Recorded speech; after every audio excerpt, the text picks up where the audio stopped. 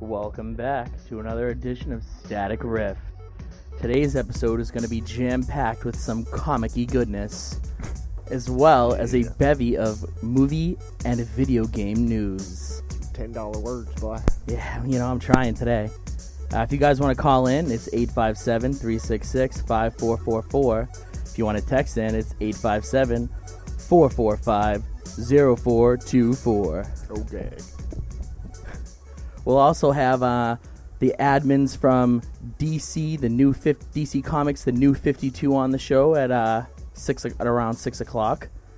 So tune in for that. That'll be really cool. And another week has happened, so we're going to talk about what we did. So what'd you guys do? Let me start. I'll start, guys. I started reading Swamp Thing. Ooh. The Alan Moore run.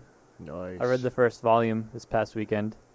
I'm sure as John knows, being our residential comic advisor, Alan Moore's run starts around issue 20 of Saga the Swamp Thing. So the first issue that he does is titled Loose Ends, which kind of ties up the remaining plot stuff, holes, whatever you want to say, for the preceding 19 issues before jumping into Alan Moore's run. Because, I did a little research, and, he talked to the creators saying, like, hey, I have some ideas for Swamp Thing. Let me run them by you, but if you want me to write the series, this is what I want to do. So, the first few issues, not knowing any continuity, I wouldn't say it's not enjoyable, but, it's all right. And I was like, okay, I understand they're laying the groundwork. They're closing up shop for the old, coming up with the new, and they take apart Swamp Thing, and they kind of like, I don't know how to explain it. Like Alan Moore, they literally do an autopsy on like Swamp Thing, and they're like, all right, here's what Swamp Thing actually is. He's not a man anymore. Like he's like the consciousness that like transcended it, along with the super fertilizer, whatever they were making, and he thinks that he was Alec, but he's not really Alec. He just has that consciousness that just stuck with him, and then it just goes off from there. It gets super meta. They reintroduce this old DC villain named Floronic Man, Okay. who was actually pretty cool. But the series, by the end of the trade, I was like, wow, this is like top-notch, like horror. Like this is like sweet southern gothic horror going on right now. It's really meta. He's just walking around. He says like 3 words, questioning himself, like ... It seems like, is that how he talks? He's just like, I am ... Well, Swamp Thing. Swamp Thing does Yeah. kind of. Yeah. It's Alan Moore writing him. Yeah, So. but I don't have a problem with that. One of my favorite things though is that he'll write 2 pages, and the last word, from what I understand, the last word said on the second page is the first word spoken on the next page, continuing on like the next scene. Okay. And just that continuity inside the comics is just like such clever writing. And the panels are just like we've talked about this before. Oh, yeah. I love unique panels. His panels are so good. Like that comic is so well thought out. Like I can see why everyone's like, this is like the groundbreaking superhero book. Like this like changed the whole game. And like after reading the first volume, I'm like, wow, I can totally see it. Well, he did change the game, because originally it was Swamp Thing was a human, and then he was like, you know what? I'm gonna throw a curveball at you, give you this little plot twist, and he's not. He's just a pile of bushes. He's not a human being. He's just the conscious of him. And what was really cool is what Snyder does in his run now, his run with Swamp Thing and the New 52, is like he basically explains that, and they explain like the Parliament of Trees, which are all the old Swamp Things from the past, explain how they put his conscience into the fake Swamp Thing and how he wasn't like the real Swamp Thing and all that for a while. So it's cool. It's awesome. It has one of my best descriptions ever used for a member of the JLA that Alan Moore wrote in that book. It says, there's a man who moves so fast that his life is an endless gallery of statues. And that just blew my mind when I was reading that. I was like, oh my God! Like, I'd like put the book down and like I was just breathing. I was like, oh man. Like, I know Alan Moore's gotten, I wouldn't say hokey, but I mean, clearly his stuff just isn't up to par as it used to be. Maybe because it's just so well known, it's hard to go back to that point. in comics has just expanded so far, like since like the introduction of like Watchmen and his Swamp Thing and V for Vendetta. But like his writing is like so good, and it's been a while since I've like dabbled in some more. Like I've read some later stuff, I was like, I like it. I'm not sure if I like it just because Alan Moore's name's attached to it, or if I really physically enjoy it. But this is like top notch. So later tonight, I'm probably gonna start physically enjoying it. You're reading your comic books wrong, Sam. Oh God. I don't want to read a comic book. I want to, I want to watch something visually. Dude, it's a comic book. It's all visuals. But I'm going to start Volume 2 tonight, and I'm, like, really excited to, like, I'm just going to plow through the entire run because I have it all. So that's what I've been doing. I saw a few movies, but I'm going to save them for, I guess, the movie segment. I saw Maleficent and A Million Ways to Die in the West this past weekend. Nice. Sweet. But we'll talk about that later. Word. Dan, how about you? I figured since I stepped out of last week's episode, I'd do a little bit of my homework, and I read the majority of Console Wars, the book our friend Blake J. Harris, who was kind enough to come on the show last week, wrote. And it's really enjoyable, and if you're into that kind of thing, I guess, like just that era of video games was, such a pivotal time in something that's really important to me, so the book was engaging in that manner. Yeah. But I felt like a lot of the times I had to kind of put the book down and step away from it, because there was, like, and I had to kind of put it, it's, there's a lot of hero worship going on, I feel. Just, like, kind of the vibe I caught of Blake J. Harris towards the CEO of Sega, or president, whatever they made him, Kalinske. Like, Thomas? Is that his name? Was it Thomas? Yeah, I believe it was Thomas. I know his last name was Kalinske because that's usually how he's referred to in the book. Okay. Just by his last name. But, yeah, like, there's... Like, he almost feels like a sort of, like Anne Rain, like, Ubermensch kind of character. Like, there's a lot of times where there are, like, paragraphs dedicated to describing how he's absolutely in control of every room he's ever walked into. Which, like, I mean, hey, maybe the guy is this freaking walking Adonis and just, like, perfect representation of a man, but it got a little glaring, especially in the beginning of the book, to just have this constantly kind of thrown at me. And maybe it's because I'm kind of a terrible person and I hate hearing about how good other people are. But, yeah, other than that, it's well written. Just that entire little microcosm of American industry that the book delves into is fascinating. And yeah, I mean it's definitely, like, I got a lot of perspective from it about just exactly what was going on back then. So it's worth the read if you want to check it out, but be prepared for that. But overall, did you like it? Yeah, I certainly enjoyed it. I finished the whole book, which I rarely do. Or I plan on finishing it. I haven't had time. But I tend to put books down about halfway through lately. And I'm well past the halfway point, so that says something. Oh, we're going to see a lot more of it with that documentary and that feature film. Yeah. Absolutely. Two separate movies coming out based on the same source material. Yeah. You don't see that too often. Should be interesting. Oh, should be very interesting. I'm pretty excited. Weird. How about you, John? Yeah, Johnny boy. Well, What you been up to? Oh boy, here we go. I read a lot of comics this week. Yeah. A lot of Big mediocre surprise. comics this week. Mediocre. Yeah. Happens, man. And I read Original Sin 2. Yeah. I don't want to really be spoilerific on it, but I'll just give you some quick thoughts. I like it. It was really good. The writing is still quality. Nick Fury is stealing the show with his Weasley ways. The artwork's gotten a little bit better. It doesn't look so CG-ish, but it's still not... It's okay. It's not amazing. It's not like mind-blowing artwork.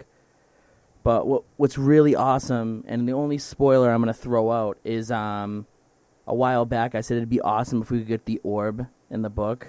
Oh my god, is the orb in it? The orb is in it. The orb has one of the Watcher's eyes. Oh my! Really? So the issue ends with the orb. He has like this little like pillowcase on his head, so he kind of looks like a KKK member for a little bit. And then he pulls it off, and and it's like, whoa, it's the orb. And he's got like the Watcher's eye, and he's about to like unlock it. He's like, this bomb's about to go off. So has the orb been like super recurrent, or has he like been No. MIA for like a while? He's been MIA. He's like the way Jason Aaron. He gives you like a little caption box for each person he introduces, just in case like you aren't used to getting a crossover. So for like new readers, it's great. So he gives you like a little thing saying like, oh, he's a Z-list villain and all that stuff. So it's pretty cool.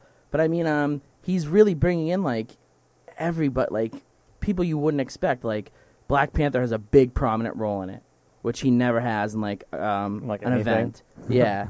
The Punisher and Doctor Strange have a huge role in it. Cloak and Dagger?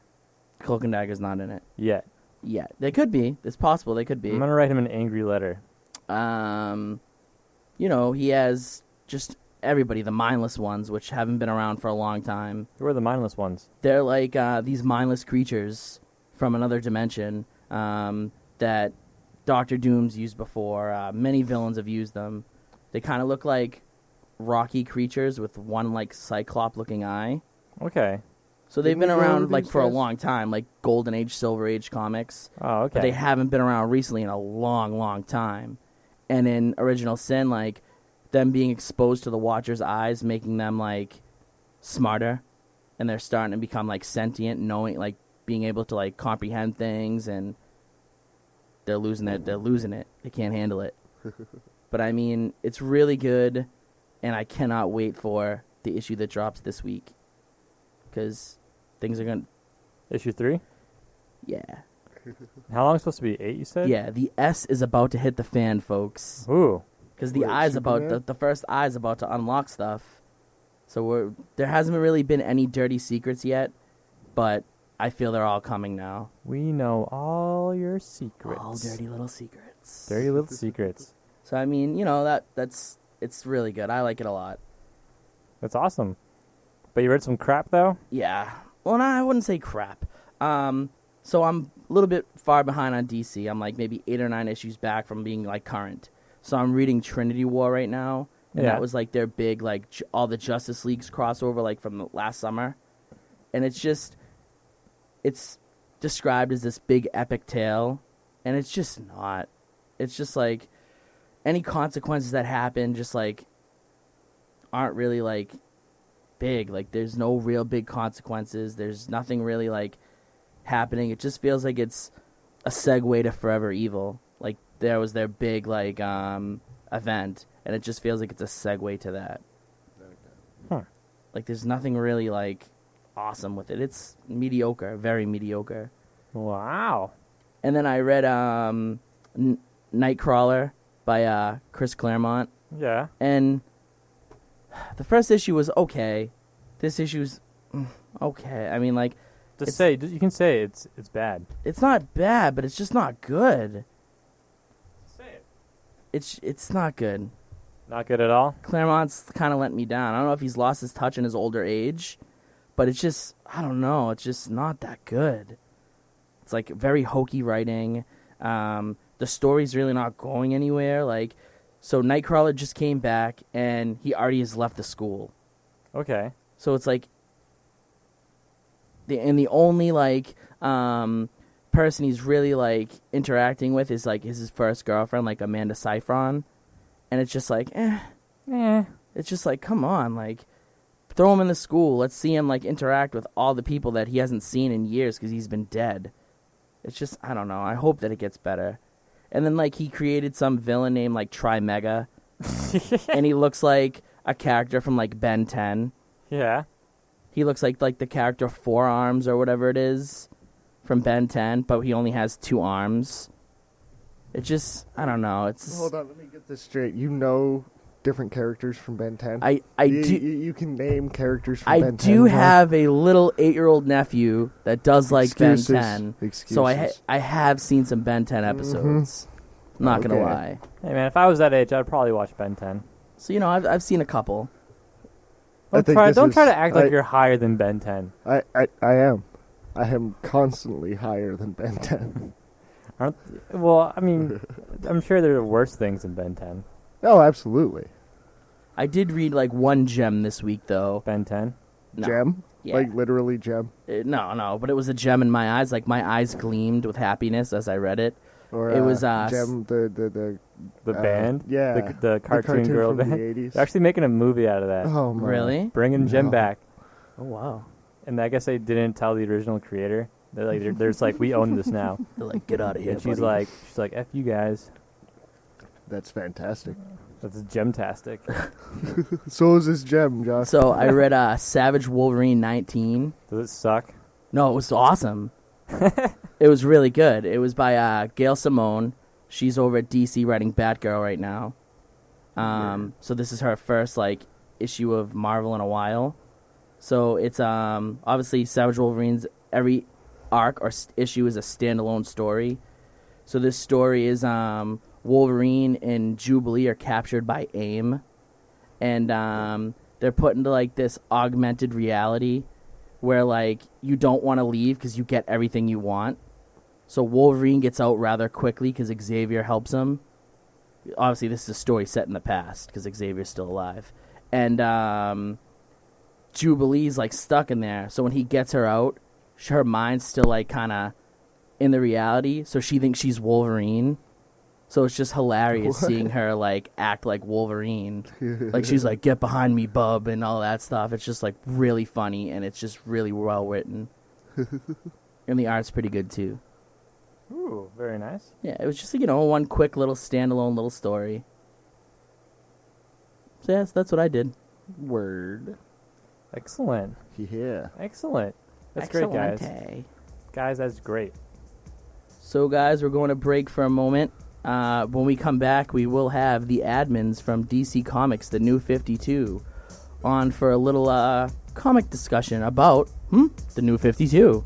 So stay tuned for them, and you'll enjoy it.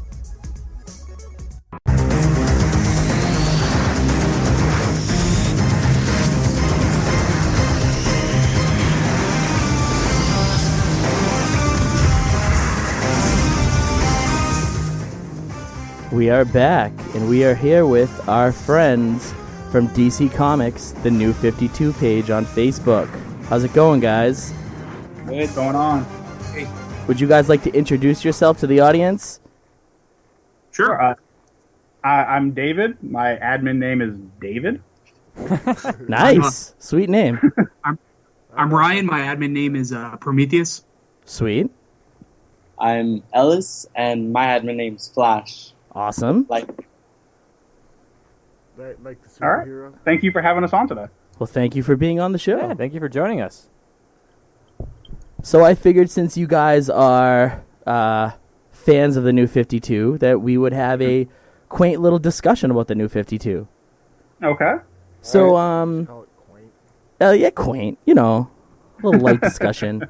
So, what's each one of you list your favorite, like your number one favorite book from the New 52? I think for me, it's easily Snyder and Capullo's Batman run. Okay. Yeah, I gotta second that. that's a hard one. Probably have to go Death of the Family. Okay. So I guess he's in the same boat with us. Then. Yeah. Okay. Yep. All right, and I'll list mine. I'd have to say it's Swamp Thing right now for me. Okay. Swamp Thing's just mind-blowingly awesome. Is it? I couldn't.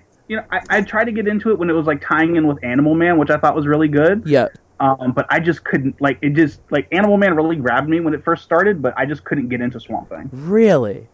Yeah. That's and then the whole interesting. red-green thing happened, and Yeah. I was out after that. Oh, that's fair. So, what's the worst title you guys have read or you think might be horrible, in your opinion? Oh God, Scott Lobdell's Teen Titans, right? That was just terrible. I'd have to agree with that one too. Yeah, I would go ahead and venture out to say Justice League United right now. Just in my personal opinion, it's had a horrible start. Okay, all right. It's kind of boring. Yeah, but it really is. I'd have to say Justice League of America for me. That was kind of Yeah. That's I probably thought why it got like canceled. the issues leading into Trinity War were really good. I mean, And then after that, it fell off really hard. I'm reading Trinity War right now, and I just feel it's like mediocre. Yeah. It's not that great. Like I expected it to be epic, and it's okay. But I mean, you like Swamp Thing too, right? Yeah, Swamp Thing's awesome. So let's take that with a grain of salt. Hey, listen. Hey. It's one of the best Swamp Thing runs in a long time. All right, I'll give you that. Yeah, I'll give you that. I really like the whole espionage, like kind of secret cloak and dagger thing of the early JLA run of New 52. But really, like once that Trinity War kicked off, like everything just kind of just swan dive. So speaking of Cloak and Dagger, David, are you pretty pumped for Nightwing? Yeah, very much so. Yeah, I'm I really think looking forward to it. it's gonna be awesome. Yeah. Yeah, Grayson. Right? So, what do you guys think has worked for the to the advantage of the New 52? Like, what is the best aspects of it? Brought new people in. It brought a lot of people back to the fold, and it brought a lot of newer people. Like I'm 28. I've been reading comics since like the early 90s, and just like it's definitely at an all-time high as far as like saturation into the mainstream. You know, and I think it made comics like cool right now, you know, and they weren't forever. So I think New 52 made it really accessible to bring newer, younger people and people who kind of fell off back into the fold. Do you think it was like totally necessary though? I'm sorry? Like, do you think it was necessary to like relaunch the entire like comic front of DC though? I mean, I feel like DC has been relaunching itself since 1956, though, right? I mean, it's kind of like it's just what they do. Yeah. But I mean, this is like a purely clean slate. I mean, I'm just saying this because I'm a big Morrison fan, and I was reading Batman and Robin, and I was kind of pissed off when they're like, "All right, you can kind of finish it, but then that's it, no more." And I was like, Wait. Go ahead. "Oh, well, yeah, that was the end of my little rant." They still reference though his run because like the 5 years prior to the New 52 is still canon. So like anything that so there's like a lot of older stories that are still continuity in this New 52 run. I mean, I just don't see why they just didn't bring all these new writers and artists into like the existing arcs and just made those existing comics just, I guess, for lack of a better word, just better. Right. Like I feel like they could have still made, like John was saying earlier, that like the New 52 made Wonder Woman and Aquaman like cool again, and I feel like why couldn't they have just done that in the existing continuity? I think there's something. I think inherently when businesses do the same thing, when they reorganize or they shift, label names and stuff like that. I think to piggyback on what David was saying, it just makes it something new. Like, oh, this is an entry point. I can get into it now. Like, it they're makes starting it to scratch. exciting. It makes it exciting for new people. I think too, like touching back on like as far as like continuity and everything like that. If you've been reading comics long enough, there's plenty of story. Like my favorite comic storyline is Morrison's JLA run from the late 90s. Okay. And realistically, it's not continuity anymore. There's no way possible.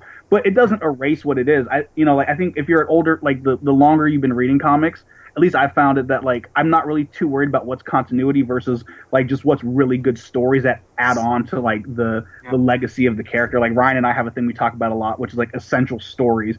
And not like just what DC puts out as like essential reading lists, but like Long Halloween, if it's continuity or not, is always like a must Batman read, and nothing is ever going to take that off the table as far as like books you have to read to like really get a good grasp of these characters. So like the reboots, it's fine. I take it with a grain of salt. Like I said, like whether it be like in 1956 with Flash, Infinite Crisis, or I'm sorry, Crisis on Infinite Earths, or 0 Hour, or the Infinite Crisis fiasco.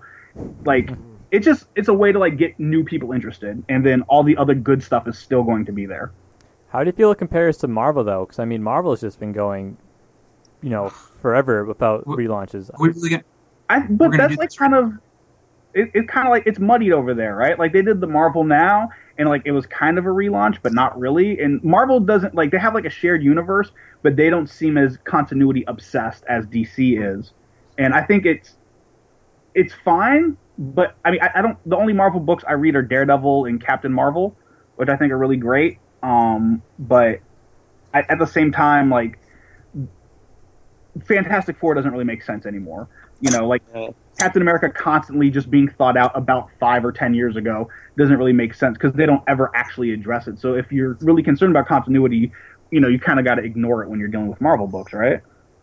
I wouldn't go that far because, X-Men's still pretty, heavy into its continuity from the past and those whatever. Books are hard to get new people into. Yeah. You could say, I certain can't ones name are. any new X-Man. I don't know who those people are. Same. Yeah, I guess that's fair enough. That's totally fair enough. I have no idea who they are either. So yeah, it's like when people get excited about Marvel comics, what young person is really hyped up about the X-Men that isn't Wolverine? Yeah. Yep. That's a very valid point. That's actually super valid.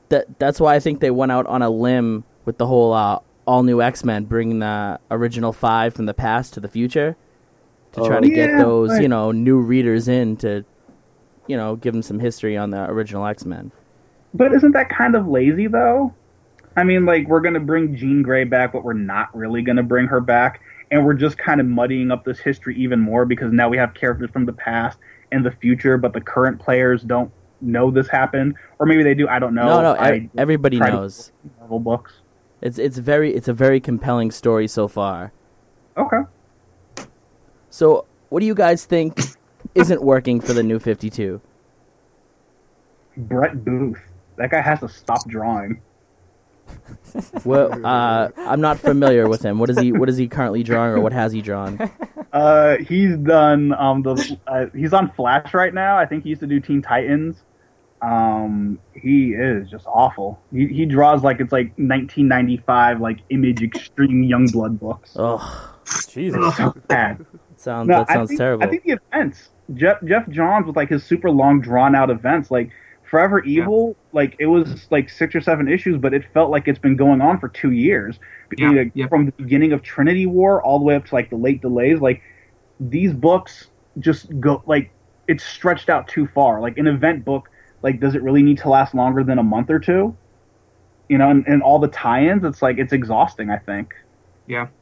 I feel that DC's really good with a lot of their monthlies, but they're terrible with their crossovers and events. Yeah. But on the Marvel side, Marvel's crossovers and events are always usually really good, but they can never close them out right. Right. I kind of felt Forever Evil had a really weak ending as far as nothing actually got resolved. Right, very weak. We were discussing that. It was more of just a setup for Lex Luthor, right? When you kind of look at it that. Yeah, well, not only that, that's fine. I think Jeff Johns was very open with him wanting to elevate Luthor, but more the fact that Owlman is still on the loose and obsessing over Dick Grayson in a really weird way. Yeah. Superwoman is still out there. I don't remember what happened with Ultraman. So all of these main characters are still in play, and they're just kind of ignored. And this is set up something down the line. So there's a lot of loose ends. Yeah. More and you've been from the beginning of Trinity War up through now, it's you can't end something this long with that many loose ends. I feel like. Okay, all right. What would you guys like to see in the future for the New 52? Anyone who's not me want to do that? We just want you. Okay. You're the superstar right now. Apparently. I think Marvel's excelling with finding young talent, a lot of new young artists, and bringing them aboard. And I would really like to see DC do something very similar with that, either start poaching talent from Marvel or going out and finding new younger artists. Because with the exception of I think Greg Capullo and Cliff Chang on Wonder Woman, a lot of their guys they're cool, but at the same time there's a lot of younger dudes who are really pushing it artistically. Forever, the artwork in Forever Evil is god awful. Yeah. And just really safe and boring, and I feel DC could really take a page out of Marvel's book as far as looking for new young talent. Do you feel like DC is just a lot really too conservative with their material? They've always kind of been, they've always been more we're going to tell more serious kind of stories, and Marvel's always been more look how flashy and pretty everything is. Except for now Marvel is putting out books that have really good substance to it. Yeah. along with really nice art. And DC's always been a little bit more conservative. I would just like to see them, like couple that with like, you still got Grant Morrison over there, Multiversity's coming out, that's gonna be crazy. But like I would just like to see some more coupling of like really great writers with some young talent that could, visually push the boundaries. Now, how do you guys feel about Wally West in the New 52? Because I'm not a fan. How do you guys feel? Well, this has been huge on our page. This has been like a big point of contention for a lot of people. yeah. I don't know, I'm used to the whole white, older, orange-haired Wally. Like, I'm used to that one. I remember seeing him in, like, The Flash and Batman, Brave and the Bold and all that. I'm like, changing him, I don't know, it's kind of weird, but I'm going to give it a try. See how it goes with that. I was a 90s kid, so I grew up with, Wally as the Flash. But I mean, it's New 52, right? It's new. It's supposed to be different. And I don't know that Wally's personality trait was ever necessarily like deeply entwined with his ethnicity. So I feel like as long as he is still like personality-wise still the same, then, whatever, fair enough. But if you completely, and I don't think we've seen enough of him in the new issues of Flash to really kind of make that determination yet. But if you give him a completely different personality, he's not the same character, and so you're just essentially giving this brand new person an old name, then it doesn't work in that sense. But I mean, as long as like I think he acts the way Wally's supposed to act, then it's fine. I just kind of feel like they're doing it to fill like a quota, sort of. It's like they need to get. But is that necessarily a bad thing? No, but I mean, like, if they want like a Black Flash, if they want to diversify and have a Black Flash, cool, make a Black Flash then. Don't change a character that's beloved to something else, and then give him a really cheap story too, because he's just like a street punk with graffiti.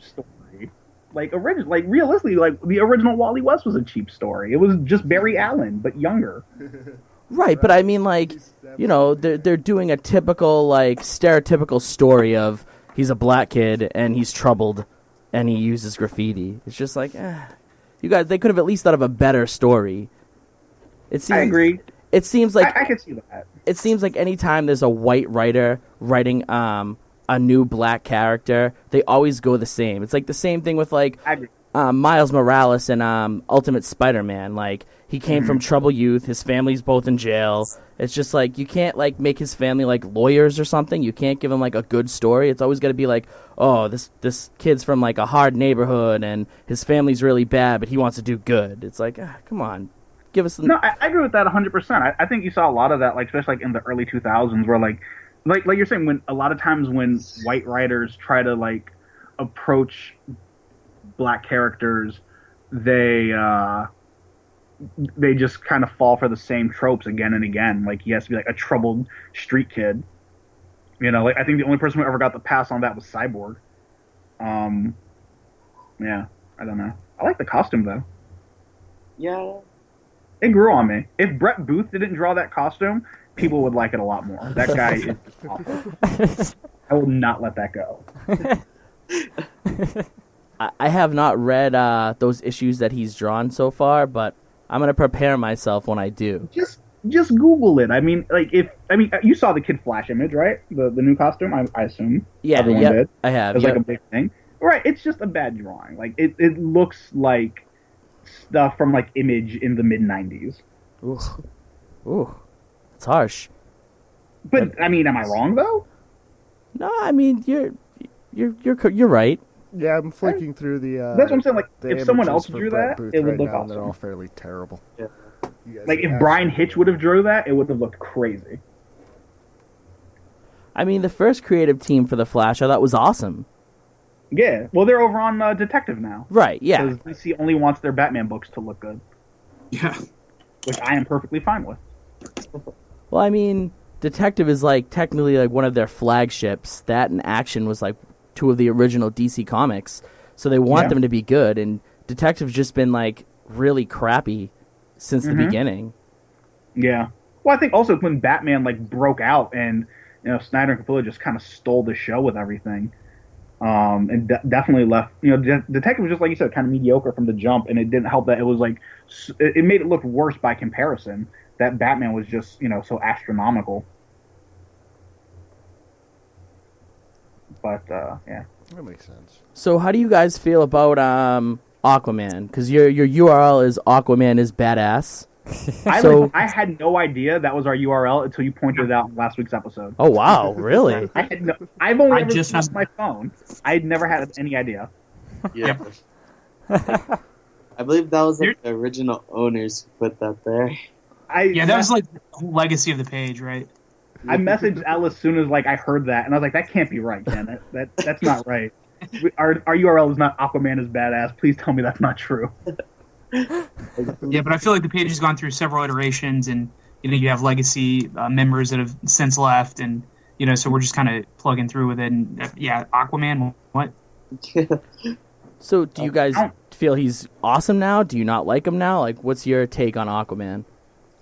Okay, I'm sorry. Go ahead, Alice. I've never really had anything wrong with Aquaman. I've always thought he was a cool character because, I don't know, I've always loved the whole water type of power thing. Like, he's able to, call anything to, any water creature to him. I've always found that cool. And, I remember seeing a picture recently where he's literally just carrying a giant building on his shoulders. Nothing.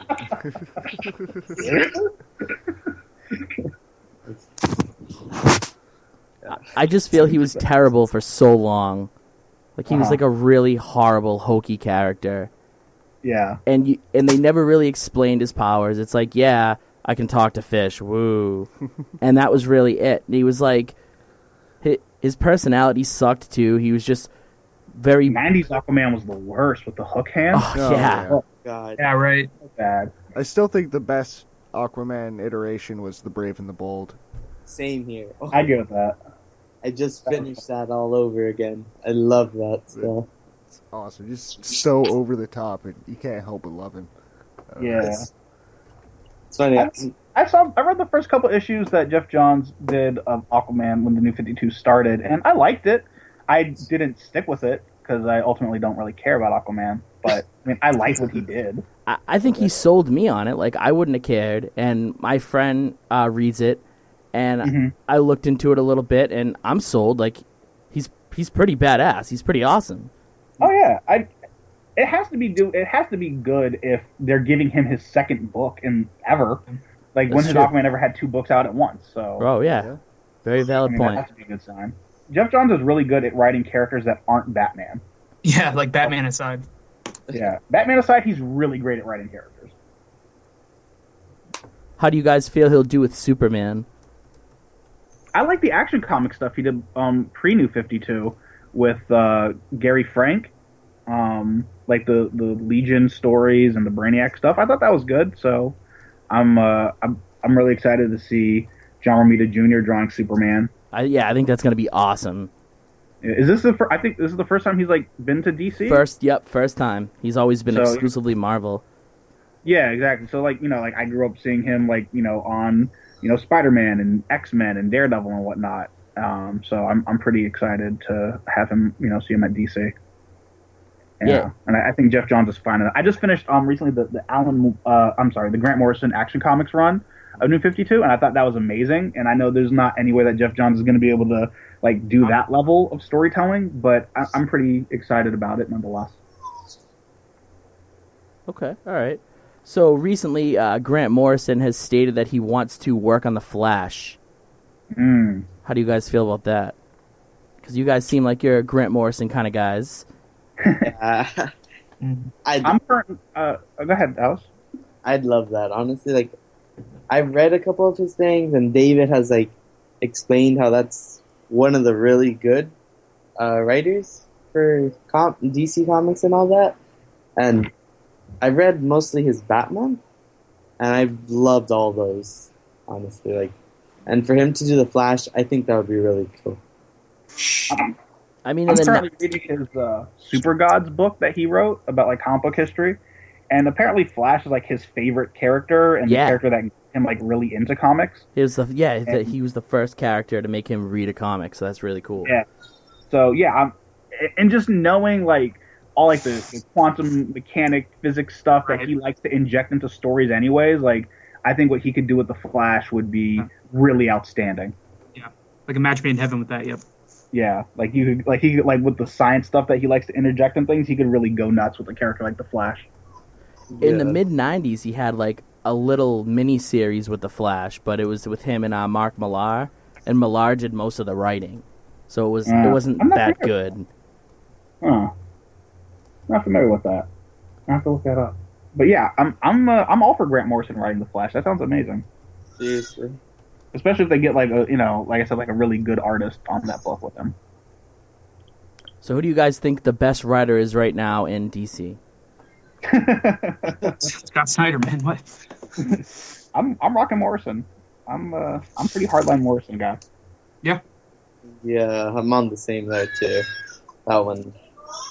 Snyder's dope, but I think Morrison, and I'm really really looking forward to Multiversity. I feel Snyder almost can do no wrong. Oh, he's a golden boy. He's great right now. He is almost inhuman. He's it. I feel in a couple years. Barring Batman Eternal, because I feel like there's some janky. That's a host of different writers. Well, that's solely not him though. That's a couple writers writing it with him. Right. Yeah. Right, but what I'm saying is like that. I mean, obviously his name being the front runner of that. That was obviously a marketing scheme there. But what I'm saying is the guy, like, I mean, when I actually like have to put his books down and just like absorb what it is I'm reading. So he's one of the very few writers that does that for me. Yeah, he's definitely very narrative driven when he writes. Do any of you guys read the new Constantine? No. Or the Justice League Dark? The only Justice League Dark I read were the Trinity War tie-ins. Oh, that's what I've read so far. Yeah. So no Dark for me. Oh. I mean, Constantine showed up in Swamp Thing, like the 22nd and 23rd issues, and he was a real like dirty dude. Like he really like ruined Swamp Thing's life for 2 issues. Good. While trying to be his best friend at the same time. I feel like he's one of those like weird characters where like even if you have never read Hellblazer or Justice League Dark or whatever, just because like reading comics like peripherally, him being around, you kind of can't help but like his character when he shows up a little bit. Yeah, he's definitely got that like kind of slick douche charisma thing going for him. Yeah, slick douche. Slick douche. Yeah, it's like Ellis. What?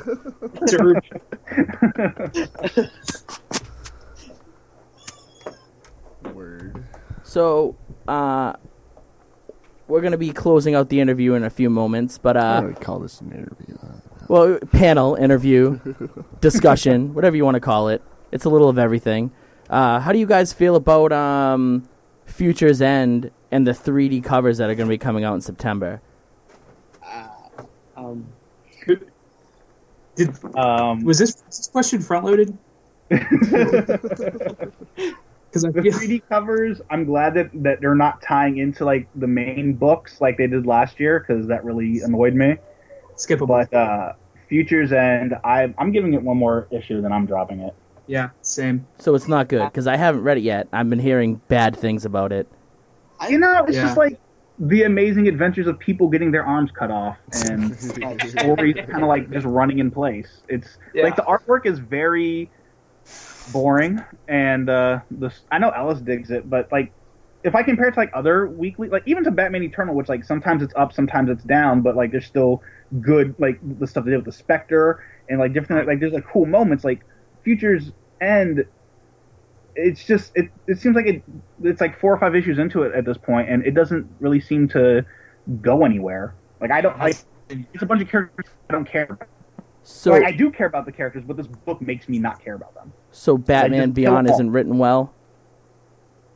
Like how is... I mean, kind of, but it's like, it's just, you're assuming that it's just, I think with characters like Batman Beyond, there's so much like back with him from the cartoons and everything that you really don't have to do a ton with his character because you're already kind of filling it in as a fan. But at the same time, like, what is he like? He showed up in the past, and he went to break into Mr. Terrific's company, and then he got chased out, and that's it. And speaking of Mr. Terrific, I know David's got quite a few words to say about that. Well, no, I dig Mr. Terrific, but like they've made him into like kind of like a fake Kanye West, which is weird because that's not how his character is at all, even in the New 52. And like that, it just comes across kind of strange. Like, and then Firestorm is the most unlikable character in the world right now, and I don't know. I'm not a fan. So basically, 5 years into the future, Mr. Terrific is Kanye West, and Firestorm is a douche. Firestorm is a douche. Tim Drake works at a bar and has a beard for some reason. Yeah, very strange. And Grifter is shooting children in the face. Oh, yeah. Well, that whole Grifter story arc there is just very strange to me too. It's not that he's shooting children though. He's shooting this other kind of alien race. Yeah, the Demonites, and that would come across a lot better if the artist drew them at some point turning into Demonites and not him just shooting children in the face. Like, that's like a hard sell for me. Yeah. So it sounds like lousy artwork and sloppy writing is making this a bad read. Yeah. So you guys would not recommend it. I don't know. God, no. I was really excited when the issue 0 was for Free Comic Book Day dropped. Yeah. I thought it would be really, really interesting, and then it just kind of failed to ignite. I was looking really forward to it because I love Batman Beyond. I love Terry McGinnis, and you guys are making me feel like I shouldn't read it. Well, he's just a non-player in the story. He's a non-factor. This is a point of view I have on it, right? So this whole story takes place 5 years in the future, and involves Terry McGinnis coming back in time to stop something that happens 20 years in the future. So none of this actually matters. Because like we know comic books, we know in 5 years, comic books are not going to be what 5 years they say that it's going to be, right? It's going to essentially be what it is right now, as it's always been. So like none of these things actually matter. And if Terry McGinnis is coming back in time to stop something from happening, that means his introduction to the New 52 is just going to get erased by story's end, or whatever the next long drawn-out event's going to be, but none of it is actually going to matter. So you don't think they'll do something like they did with in Superior Spider-Man with Spider-Man 2099, where he's stuck in like the normal continuity now? Oh, I know what you mean. You don't think they'll make him like Batman Beyond stuck in normal continuity after like the whole run? But Forever or Future's End, whatever it is, it's not even in normal continuity. It's 5 years in the future. Okay, so I mean, like we've all read comics long enough. We know you can't tell a comic story 1 year in the future and it actually count for anything. Valid point. So, yeah, they're definitely not building it in. I mean, it's not going to be an integral mechanic into the future story plot of New 52. So yeah, you take it for what it's worth. I'm not impressed. They could do better, but like I love Ellis loves it so much. Yeah, like just like bashing on it. Yeah. So Ellis, sell me. Why is it good? Ellis, tell us what you love. Well, I grew up with Batman Beyond. I love the whole, like how you said Batman Beyond's like the main character pretty much. Like it's cool. I love the way they're going with it, but I do have those moments where I see what they're talking about, and it's kind of like the art and the storyline's kind of boring. It's starting to get dry, I guess you can say, like dull. But other than that, like I love the way it started. They introduced with the Flash and what was his name? Comic Cold, I think. I forgot his name already. Like the way it started brought me into it. I loved how it started, and I still. I was on this Alice the other night. Like the whole Firestorm thing with like Ronnie and Jason fighting. That feels a lot like In Brightest Day. And then the whole OMAC thing reminds me of Infinite Crisis. And it's like, I've read these stories already, and they were like okay the first time around. And the second time, watered down version, with worse art, doesn't, do anything for me. Well, I feel like Future's End is more of one of those what if something happened. Like, it's a what if type of story. It's just to see what they can do with it and how long and how good they'll do. Like it's not. I mean, that's fine, but don't make it a reoccurring weekly. I mean, at that point, make it a limited run. So I have one final question for you about it. Do we get that Terry McGinnis charm that we got in the animated series, or no? You don't, not yet. No, he hasn't really done it. He's not in it, man. He's not. I mean, Yeah, you get a couple panels worth of him, and that's it. Ah, boo. Introducing him more. They're introducing the other characters that are going to be. If you really want to watch Grifter shoot children, then you should definitely pick up Future Zone. Yeah. All right, guys, that's going to bring this panel to an end. We're about to head to break. Thank you for being on the show. Thank you for having us on. Thanks for having us.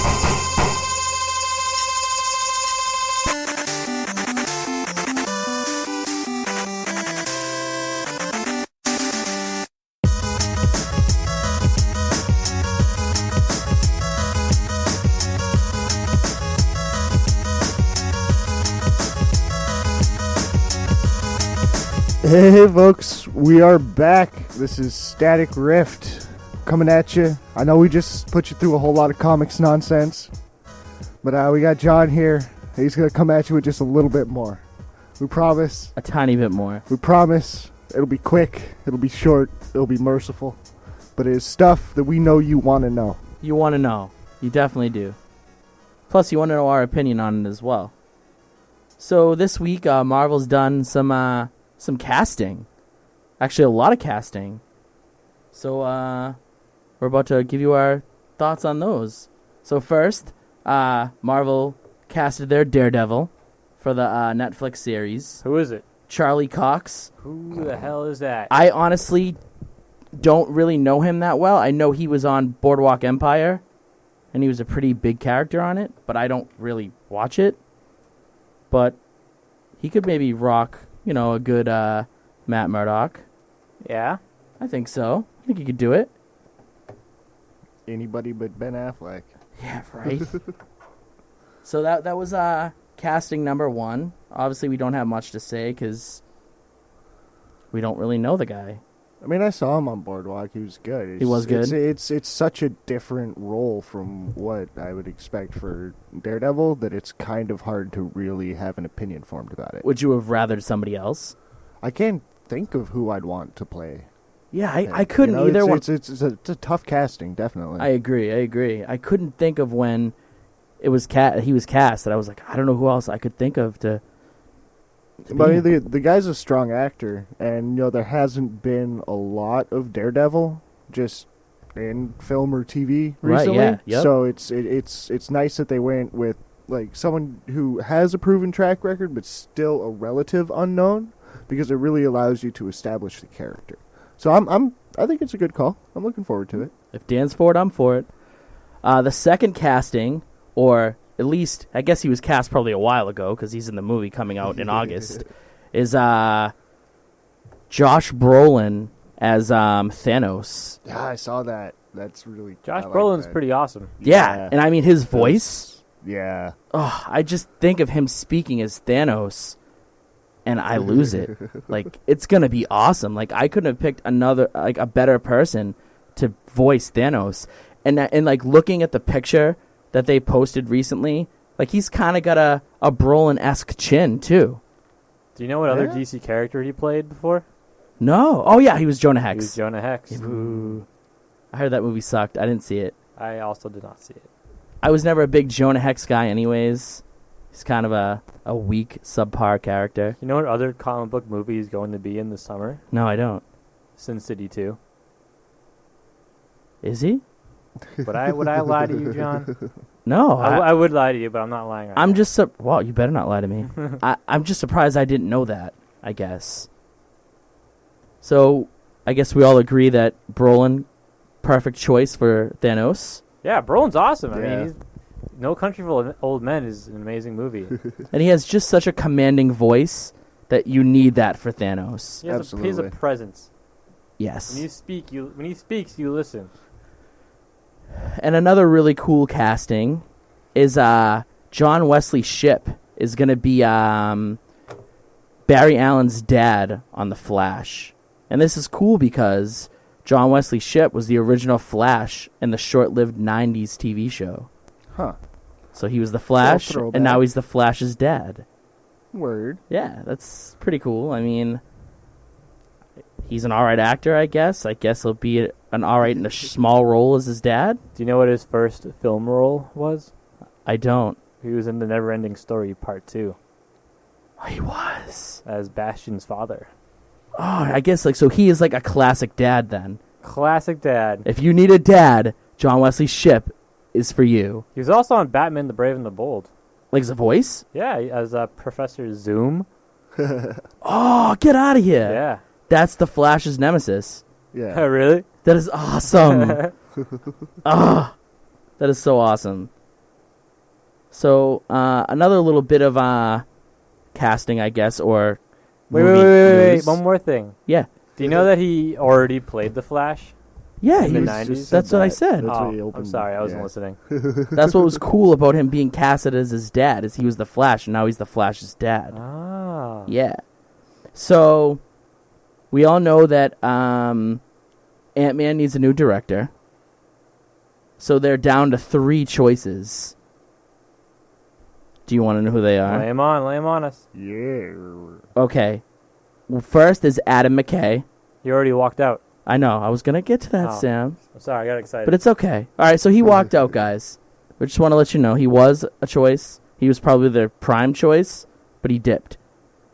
So we have Rawson Thurber, who did We Are the Millers and Dodgeball. Jesus. No. We Are the Millers actually was okay. I see a lot of apprehension when you said that. It was okay. For everyone in the audience that don't know, I'm looking directly at John as he said that, and he had a shrug of his shoulders like it hurt him to say it. It was okay. Like he's just really hoping for the Ant-Man movie. And Ruben Fleischer, who directed, I guess, Zombieland and Gangster Squad. I liked Zombieland, but I didn't want to see Gangster Squad. Most people I know who saw Gangster Squad were kind of like, eh. Now, it looks like Marvel wants to make this a comedy. So why? Yeah, Ugh. they already ruined it for themselves by. yeah, they had the perfect guy. Edgar Wright has the perfect visual style when Yeah. it comes to comedy, Definitely. and they blew it. He would have had the right balance of action and comedy. I'm just saying my excitement level for this movie on like a scale of 1 to RoboCop was like probably a RoboCop. RoboCop 3. Well, now it's like a RoboCop 3. Oh, Now it's like a Jurassic Park 3. Now it's like a Terminator 3, Rise of the Machines. oh no. Now it's like a No. it's like a Die Hard 2. Oh, no. All right. So, a couple weeks back, I teased, Marvel teased, and I re-teased their next event or crossover. They haven't really specified the Axis. So we gave you the list of villains who would be going against them, which is Green Goblin, Loki, Red Skull, Doctor Doom, Carnage. So now we finally get to see the heroes who's going to be going up against them. And this is a little treat for you guys. Let me just pull up the photo here so I can get a good look-ski. So we have Storm. Storm is in the group, which is looks like Marvel's really trying hard to make Storm the next Wolverine. I think Storm is pretty cool. Just really underutilized. We have Thor, Word. Iron Man, Deadpool, Huh. Luke Cage, Yeah. and Medusa. Who? Medusa. Who is? I mean, I know like historically who Medusa is. Who is Medusa in regards to Marvel Comics? I don't know. I am stumped right now of who it is. So I wish I could tell you, I and this doesn't imagine happen. she turns people to stone. This doesn't happen often, but I don't know who she is. She looks cool, but I don't know who she is. I'm sorry, guys. I apologize. Well, she's okay. She's one of the Inhumans. Okay. So Guess that makes that's sense. why. I never really cared about the Inhumans. So, sorry. Eh? Sometimes, there are some comics that I just don't want to read. And Inhumans is one of them. Supporting characters, like in Matt Fraction's FF, is the leader's Medusa, right? Of the Inhumans? Yeah. It's like, Black Bolt. Well, like isn't she like the queen? Yeah, but Black Bolt's like the leader, head honcho. Well, like Medusa is like part of the FF, and it was put to good use. Sam, you should have came sooner, so I didn't have to look like I didn't know what I was talking about for once. You could have. Well, that's my only. That's all I know about the Inhumans is just from the FF. So, it's an interesting team. For one, no Spider-Man. You have two Spider-Man villains, but no Spider-Man. This is a lot. He just came back. Peter Parker just came back, and you're not going to put Spider-Man in it? Interesting. Yeah. Now, I have a theory of why he's not in it. So, recently, there's been a rumor going around that Marvel's going to cancel Fantastic Four. Huh. And the reason why they're going to cancel Fantastic Four is to stick it to Fox. They don't want Fantastic Four being out during the build-up, the promotion, and while the movie's out of Fantastic Four. So there's been an undisclosed artist from Marvel, wouldn't give his name, who's working on the 75th anniversary anthology book. Word. Was told to barely add anything of the Fantastic Four. Huh. They were the original team in Marvel. Yeah. So that's really weird. Yeah. A little fishy. And when they ask the editor of basically Marvel, Tom Vandermoot, he said, let me get his direct quote for you, because it's a saucy little quote.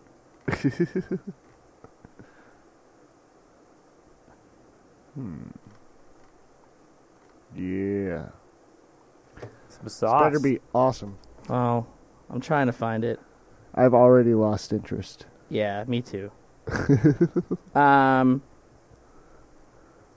Basically, he denies the rumors, but he basically says something to the point of nothing lasts forever. You know, it could be over next week. It could be over next year. So they're definitely sticking it to Fox, and the fact that they're killing Wolverine now kind of even makes more sense because Wolverine's Fox's biggest character. So they're even sticking it more to Fox, and the fact that they're making Storm the head honcho of X-Men now, she's almost non-existent in the movies. So I feel it's going to really hinder their promotions for their next few movies. And we know how much Hollywood hates non-white female lead roles. Yes. So or non-Wolverine movies. So Fox is definitely sticking it to... Well, Marvel's sticking it to Fox, sorry. Alright, guys. We're going to head out to break. Stay tuned.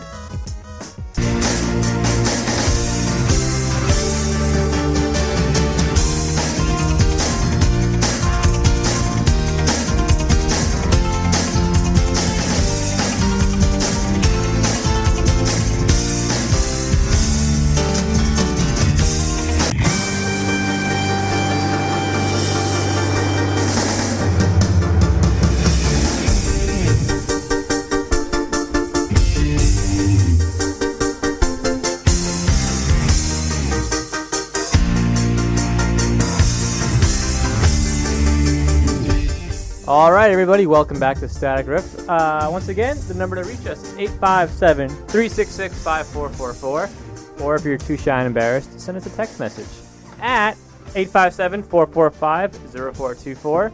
Feel free to weigh in on what we've been talking about or what we are going to talk about. Or you can just berate us all you want. We don't really care because we have Hearts of Stone. Hearthstone. It's a video game. Hearts of Stone. Anyway, anyways, let's talk about some video games, yeah? Yes.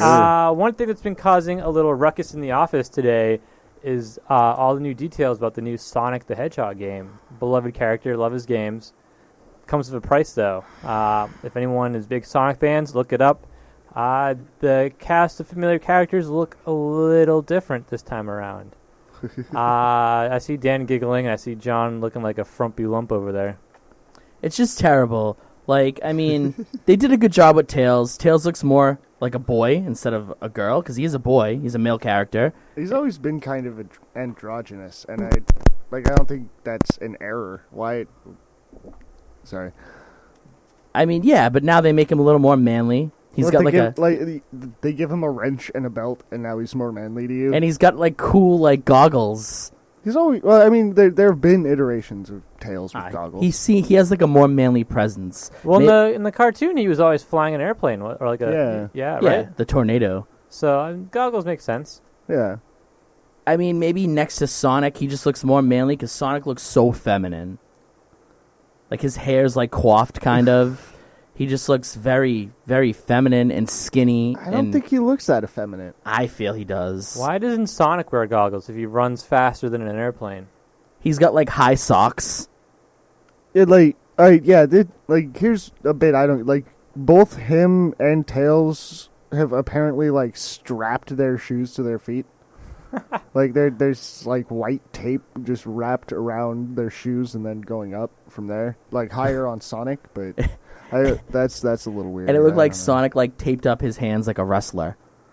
Yeah. He's got like all taped up hands. Knuckles has it too, but I guess it kind of makes sense because he punches stuff a lot. Right. That's his thing. And Knuckles looks like they put Knuckles' head on Gossamer's body, and Gossamer is the big red monster from Looney Tunes. Yeah. He looks legit like his body looks so disproportionate. Yeah, it is very top heavy. Funky. Yeah. And then you have Amy, who looks like Amy. Yeah, but she's got a huge hammer. Well, she's got something. Big purple Harlequin style hammer, pink. Yeah, I guess. Yeah. I just feel they didn't need to change it, but whatever. I'm not playing it. Just because it looked different? It's going to be the first Sonic game I haven't played. I've played every Sonic game ever. Even Mario and Sonic at the Olympics? Yes. Jesus. I am so sorry. And I'm not going to play it. Why? Just because they look that way? Yeah, it's good. Oh my god, get over yourself. I can't. Seriously. I can't. What if it just turns out to be super fun? It's not going to be. It could be. It could be. You don't know that. I'm telling you right now. You don't know that? Yo, you don't know nothing. So, another cool thing that came out this week is the new trailer for the new Mortal Kombat. That is true. I mean, they don't really tell you much on it. I mean, I'm excited. I'm always excited about new Mortal Kombat. It looked cool. The trailer did, at least. It looked like Sub-Zero and Scorpion had some new moves, because the trailer is obviously Sub-Zero and Scorpion duking it out. They had some new moves. It looked like they brought some aspects from previous games back, and some of the aspects from the last game as well. Mm-hmm. So it just looked, it looks cool. It's not enough to really make a huge, decision on if it's great or bad, but it looks really good. No, it definitely does. I look forward to playing it. Absolutely. Some other interesting news. There's going to be a Shaq Fu 2. Don't know if you really need that, but it's going to exist regardless. I just can't bring myself to care about that. Like, either way, I don't... I just need to know two things. Is Shaq doing the voice again? Or like, you're asking? Or either of you. I don't know anything about it. I don't know. I just heard that. I just heard wind that they're going to do it. And it's going to be a side scroller. Because I can't picture a 3D Shaq. That's just too much Shaq for me. Another little interesting bit is Chuck E. Cheese is going to try to incorporate the Oculus Rift into the Chuck E. Cheese experience. I don't know how good that's going to go over if a bunch of little kids running around with like hundreds of dollars worth of equipment on their head, like throwing pizza and soda everywhere. I imagine they'll probably do something akin to like the IMAX rides where they just... Or like Mom from Jordan's Furniture. Yeah. They like sit the kids down on a seat that moves, strap an Oculus Rift on their heads, and keep them occupied for 15 minutes. That's how I see it going down. I could be totally mistaken, but...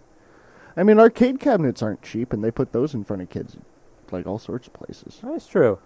That is very true. They just like find a way to like waterproof it. My issue, well not issue, but my prediction for it is that the people who have to clean up the floors at Chuck E. Cheese are going to have to clean a lot more cheese pizza off the floor. Oh no. I mean, I'm pretty jealous. I would love to go there.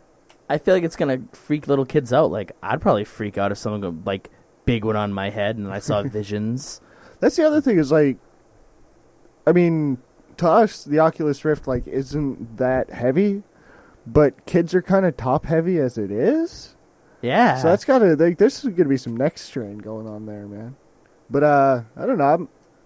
I'm actually kind of considering going to a Chuck E. Cheese if they implement this. I would love to. I think you need a kid. I think you actually do have to have a kid. You have to have a kid with you. I've tried. We can find a kid, though. Yeah, they're everywhere. We'll just grab one off the street. If there are any kids listening in and they want to go Chuck E. Cheese with us, Please come. please let us know. We'll hand you like a stack of quarters. You go do whatever you want while we play with the Oculus Rift. It'll be awesome. I was really fond of the gator smashing game. Yeah, That was all me. Dude. the whack-a-mole but with gators. Yeah. Yeah. They were just like, ow, ow. I wish I could say something about it, but my mom was horrible to me as a child and did not take me there. Well, your time is coming, my friend. One day I'm gonna go there. I have cousins. I'll bring them. Yeah, there you And go. we can go. That's perfect because I was actually thinking of fathering a child just so I could go to Chuck E. Cheese. I would have been in debt to you, Dan. All right. So, want to talk about some movies? That's my thing. Yeah, let's get some some movies movies in in there. Let's get some movies. I saw some movies this weekend. I saw Maleficent and A Million Ways to Die in the West. Ooh. Maleficent I think is the better of the two. Oh boy. It reminded me a lot of the movie of Ridley Scott's Legend, starring Tom Cruise and Tim Curry. That iconic fantasy movie, the giant Tim Curry demon, the red demon, the giant black spike sticking out of his head. Yes. The only difference is that watching Maleficent, I knew everything was fake because it's all in front of a giant green screen. Well, And that kind of killed it for me. A lot of movies are like that though now though. And it all kills me, dude. I like Pacific Rim, but it kills me because it's just super fake. You know, like The Thing. Yeah, it's a little dated, but those effects still look really cool. Same with like The They're very Exorcist. Visceral, yeah. You know, like even like the animatronics in Jurassic Park, like I think they still look really good today. Yeah, I think they're legit. But stuff like this, you know, like they look cool. Like the creatures they create look awesome, but it just takes that magic just solely out of it because it's just like it's just nothing to me. Yeah, I And can see that. that just really kills it for me. I don't have that large of a problem with the CGI, but I think it's just like the amount of time I've spent immersing myself in the more cinematic video games. See, like I think kind of helps bridge the gap for me. See, like it's just gotten to the point where it's movies like this, like Alice, like the revamp of Alice in Wonderland, Yeah. where like literally everything's CG except for, like the few people acting. Yeah. You know, just make the entire thing CG. Maleficent's name essentially means evil. Why is she nice? You know? She's nice in the movie? Oh yeah, it's a whole backstory. It's like there's a reason why she was evil. Then by the end of the day, Sleeping Beauty falls asleep for maybe like 10 hours, and she gets woken back up, and it all ends happily ever after with a nice little bow tied across it. Oh. Yeah, visually the movie's stunning. Everything else is pretty awful. There's the stupid generic. I swear to God, ever since Lord of the Rings came out, every fantasy movie has to have a giant battle of two sides running across a giant grassland at each other. Like every fantasy movie, like has to have that now. And they never match up to the Lord of the Rings. No, I'm just tired of it. Like, you know, like this one's kind of like you see people get like hucked around, and like it looks like the battle between like white and green magic cards, and like, and I say that in a good way though, because a lot of the stuff looked really cool. Like the giant, like serpent looked like the giant like foresty like earthy rock serpent looked really cool. There's these giant tree guardians, and they look really cool. Nice. Does she turn into a dragon like in the cartoon? No, she does not. She has someone else turn into a dragon. There's a giant plot hole with that whole scenario. There's a point where she has this dude who she found a raven or a crow, and she turned him into a human. And he's like, oh, these guys are gonna kill me, but you saved me. I'm your servant now, and she can just turn him into like whatever she wants him to turn into. And he's like, don't turn me into a dog. Like they want to kill me, stuff like that. And then they go into the castle, and there's a big fight, and she turns him into a dragon.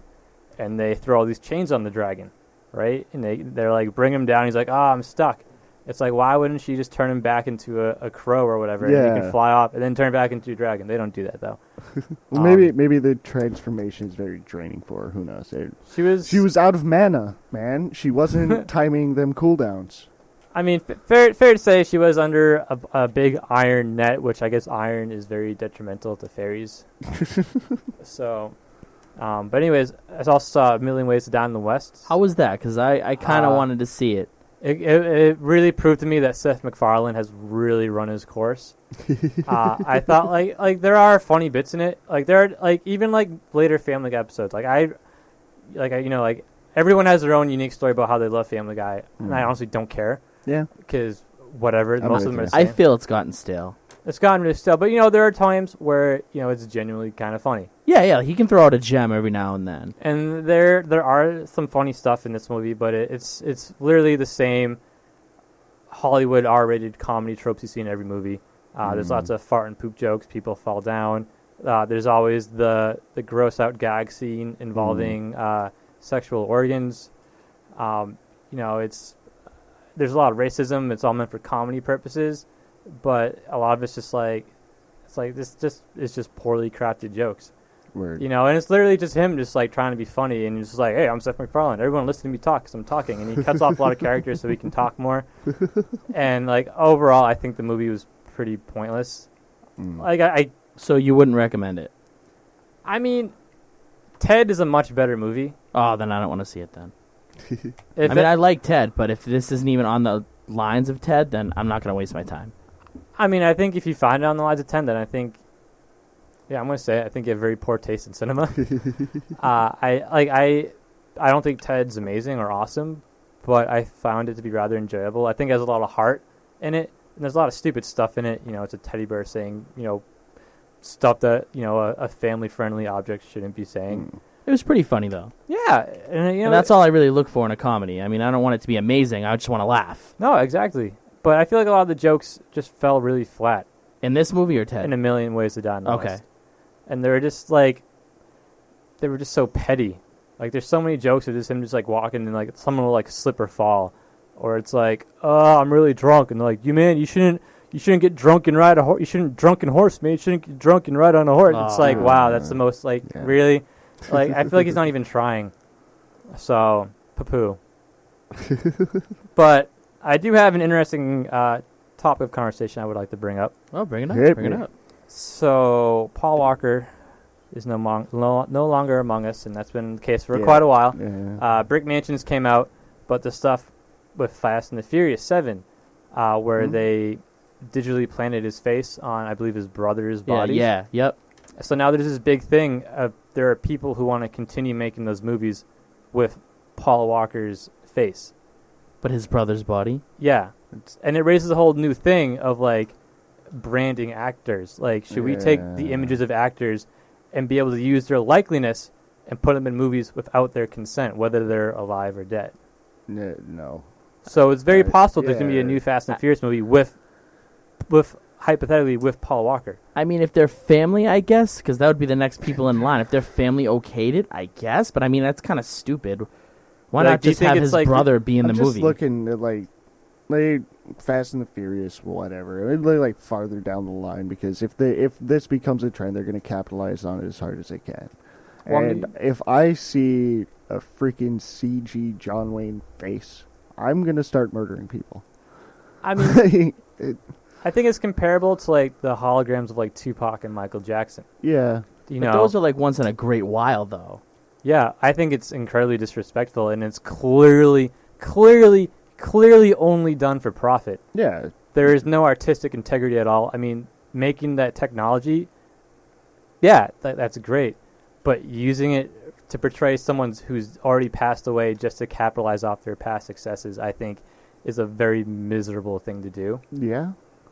Well, I think in the aspect of like the whole hologram of like Tupac and stuff, they did that for like so he could be in like some kind of like music that he did in the past. So his part in the song, like they just had him dancing around in it. My understanding was that it was.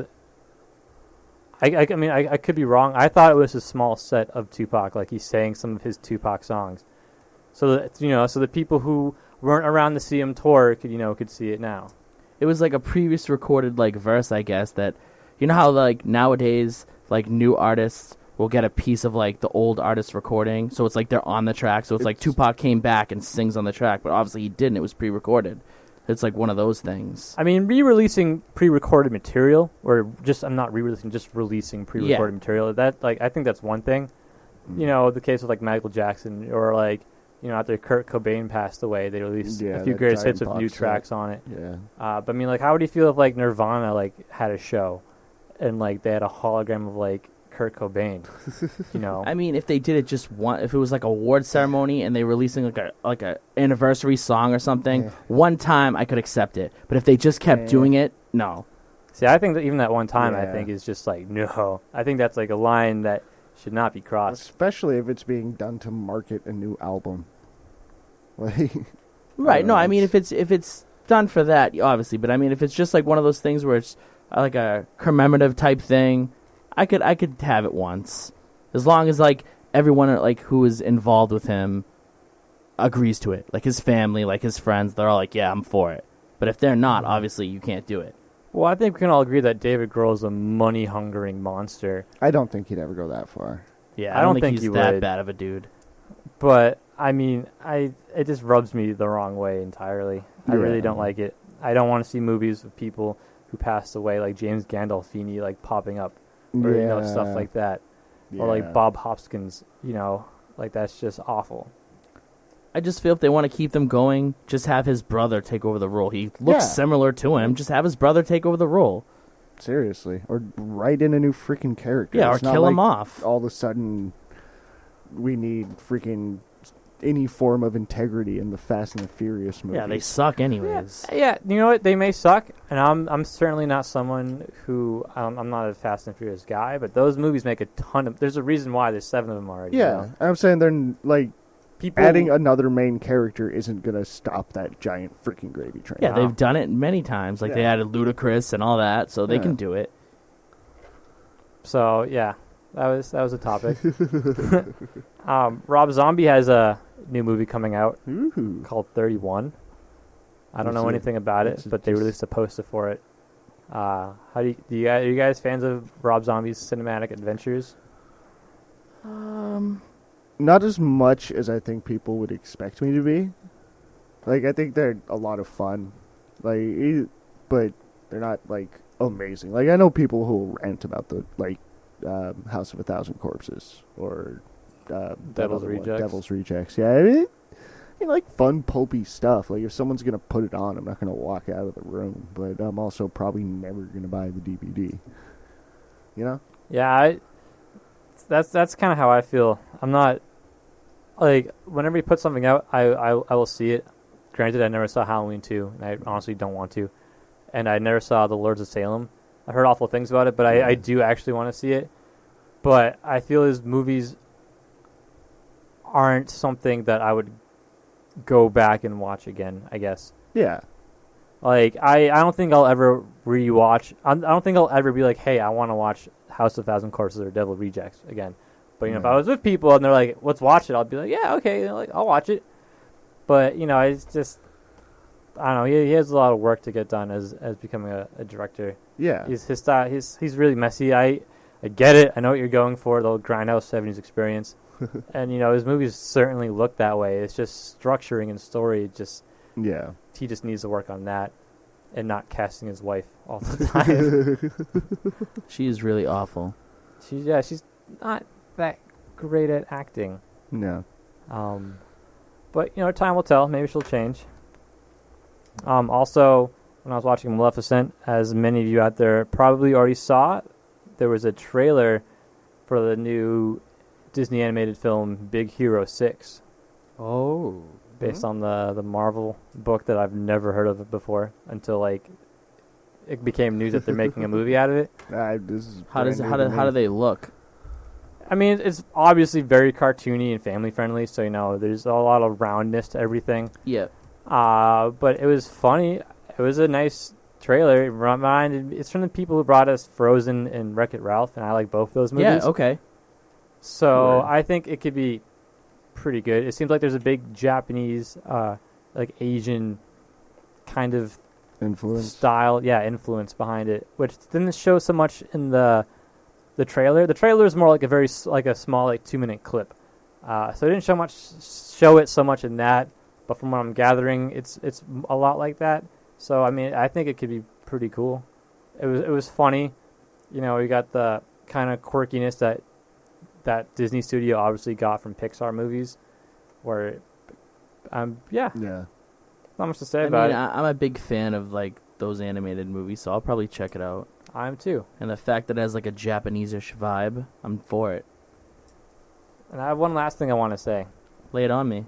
That new Batman and Superman title is the dumbest title I think I've ever seen for a comic book movie in my life.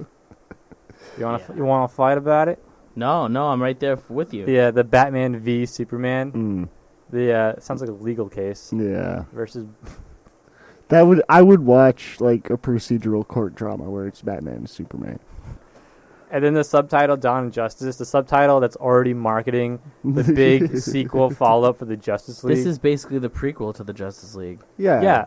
And it's a giant commercial for another movie.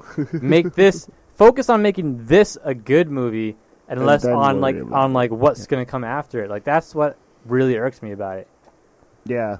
I feel they should have a different director do the Justice League movie. It shouldn't be Snyder. No. Snyder sucks. I hate Zack Snyder. His movies blow. They suck. I don't mind They him. suck. But Shut up. They suck. because I really liked Watchmen. I think Watchmen is very mediocre. Yeah, there was a lot of standout in that. And it has nothing to do that he changed the ending. I don't care that he changed the ending, but I think Dawn of the Dead, I thought was probably my favorite that he's done. I never saw Sucker Punch though, but everyone says it's like But I feel like his moves are just all style, and there's just not a lot underneath it. Like, granted, Watchmen, like he had material to work with, you know. But even then, I was like, wow, I love this comic, but this is just really bland. 300 was pretty cool. 300 was a spectacle. What? Yes. Yeah. It was a big rush, and the first time I saw it, I was like, this is pretty cool. But I don't think it stands up on repeat viewings. Yeah, it does not have replay value. You watch it once, and you're like, this is awesome, and then it's like, oh, okay, this is cool. Like it's literally. Like, that's just, like, a big bro fest. And, I don't say that in a mean way. Well, I kind of do. Because, like I said, like, when I first saw it, I was like, this is pretty cool. It pumped me up.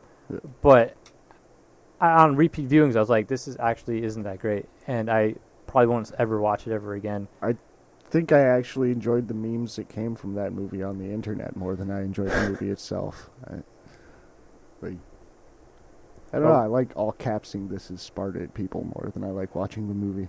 I like Meet the Spartans more than I like 300. Oh. I'm kidding. But yeah, Snyder, that Superman movie was awful. That movie sucked. The movie sucked so bad. Agreed. And Man of Steel was terrible. So I'm going to see it regardless because it's a movie. That's what I do. I may not see it. I don't know. I got to think about it. Well, I'm certainly not seeing it with you. That's for sure. You're seeing a movie with me soon, Sam, if you like it or not. Dude, we're not seeing... Get those thoughts out of your head. A movie is happening. It is happening. If it's going to happen, I'm going to take you to some, like, super artsy, like, 3-hour documentary where there's no dialogue. Sam, what do you think I'm going to do? Do you think I'm just going to go, like, insane in the theater and just, like, throw popcorn? I think you're going to go into, like, berserk mode or something. No, I'm a very good moviegoer. Bust out his iPhone and start watching X-Men Origins. I'm just going to run around with my Wolverine claws and slice up the walls and the seats. Oh, jeez, dude. Well, I guess that brings our show for the day to an end. Yeah. Stay tuned. Static Rift is going in the works of throwing a metal show here in Norwood. We're working out the kinks and details, so if anyone out there is you are in a metal band and you think you're good, shoot us a message, and we'll see about that. Also, next weekend we'll be at Walker Stalker Con Boston. Walker Stalker Flock of Flames. So, if you're going, say hi to us. If you're not, go anyway. They kind of watered it down, but yeah, go anyways. We'll be there. We'll be awesome. There. Always remember to follow us on Facebook, Twitter, and Instagram at Static Riff Radio. Also, we are now posting past shows on YouTube. So, like, our little weekly podcast will now be on YouTube at youtube.com/Static Riff Radio. Yeah, check them out. Give us some /Static criticism. We want to be a better show. We want your input. So we'd love to hear from you guys. Talk to us. We're lonely. With each video, we'll try to get better. So, yeah, just give us that constructive criticism. All right, that does it for today. See you later, everybody. Later.